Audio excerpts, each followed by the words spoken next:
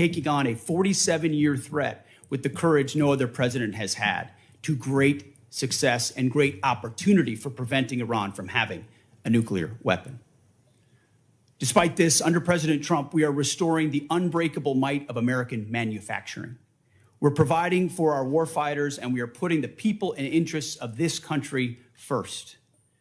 May Almighty God continue to watch over our troops wherever they are, and may we honor the legacy of those brave Americans that we have lost.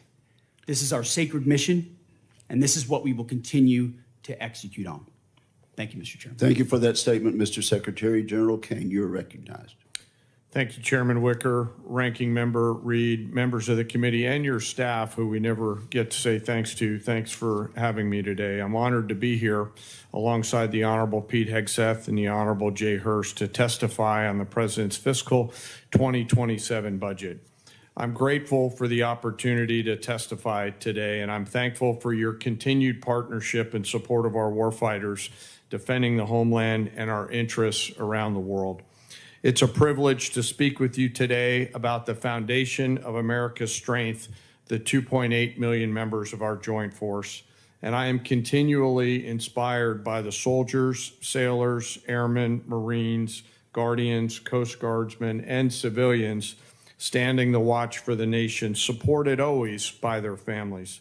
They could have chosen a much easier path, any other path, but they volunteered for a life of purpose and passion and service.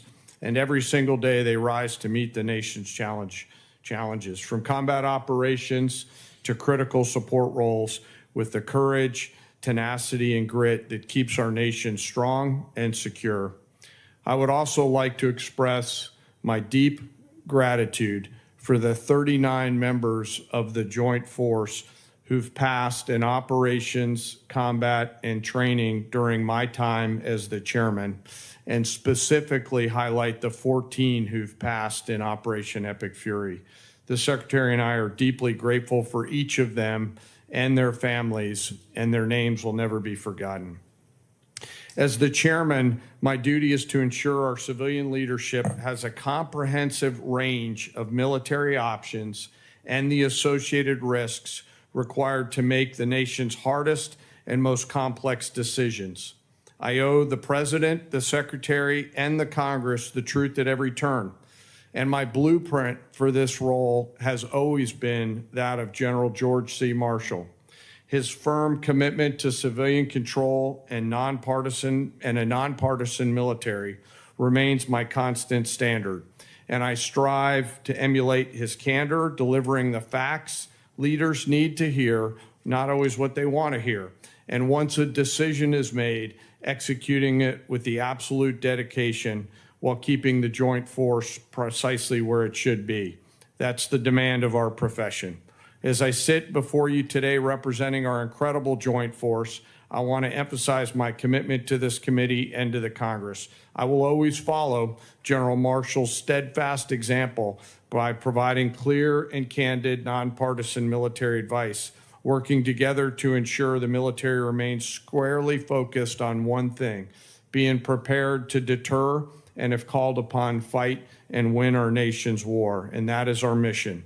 America's joint force is operational at its core, purpose-built for the realities in a complex world. We're organized, trained, and equipped to execute the most demanding missions across the globe with unrivaled precision. And over the past year, our warfighters have consistently demonstrated exactly what it means to be the most capable and most professional force on earth. Our shared goal is to ensure the joint force sustains the strategic initiative and advantage and ability to project power to respond to the global challenges on our nation's terms. During Operation Rough Rider, Midnight Hammer, Southern Spear, Absolute Resolve, and Epic Fury, the joint force executed globally integrated missions alongside our interagency and international partners. And once our leaders made a decision, our forces demonstrated the unmatched ability to seamlessly synchronize actions and activities from the seabed to cislunar space. We're able to accomplish these complex things that we are asked to do because we draw from a deep reservoir of training, professionalism, and commitment. Our operational tempo is high, but we're designed to sustain it, rebuilding readiness every day, training professionals every day, and sharpening our edge every day. And I am incredibly proud of this Joint Force team and the leaders at every echelon who command it.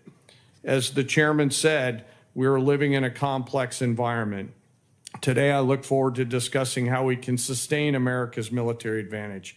And I know this committee recognizes the challenges and the urgency in the environment that we face.